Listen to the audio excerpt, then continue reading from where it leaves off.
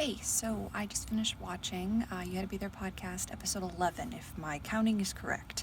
And they're talking about school. And oh man, are we unlocking some memories here. They talked about like gym class and running a mile and the parachute thing that, we all kind of have memories of like throwing it all up and then running under it. Backpacks and different colors for different color-coded folders and notebooks for your classes. Craziness. I don't remember what was which, but I know I did have color coding for my classes. That was not unusual. My school was public school. It wasn't tiny, but it was a K through 12.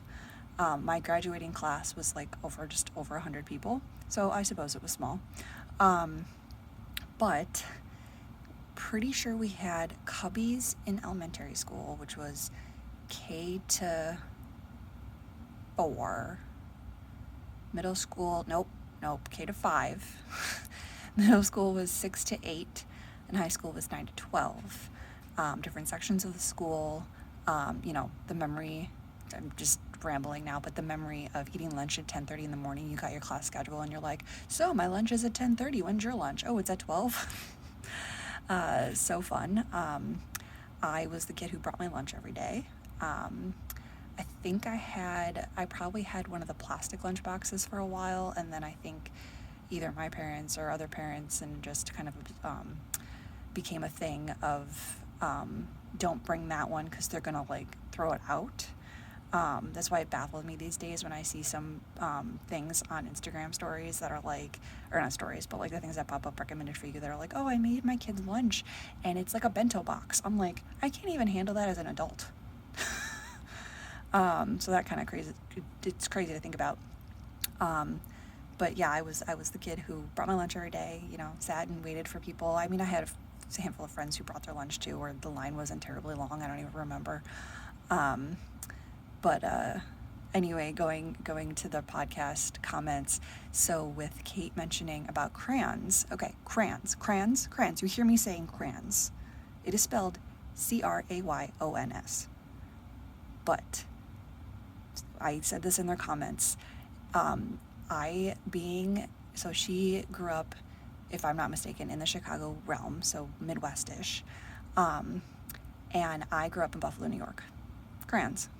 So I guess Midwest, East Coast word. It's just kind of funny that like the other two were saying it like you would spell it. I don't know. It baffles me. They should do a whole take on how you say words and what words mean other things. I know, as a super side note, in college we had we teased everybody on how you said certain things because of where you grew up. You could be in different parts of New York State and you could say something different, or a completely different state and say something different, but we'd all mean the same thing.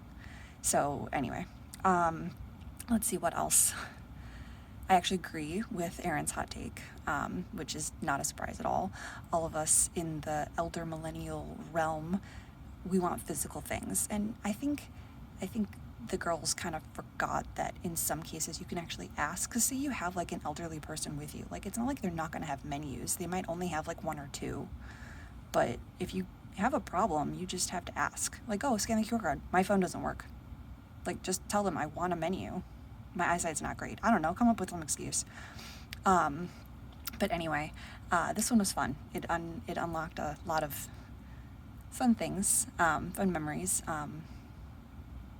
So yeah, I don't know, just little comments of such. So I recommend you watching it and get a good laugh and maybe unlock some memories.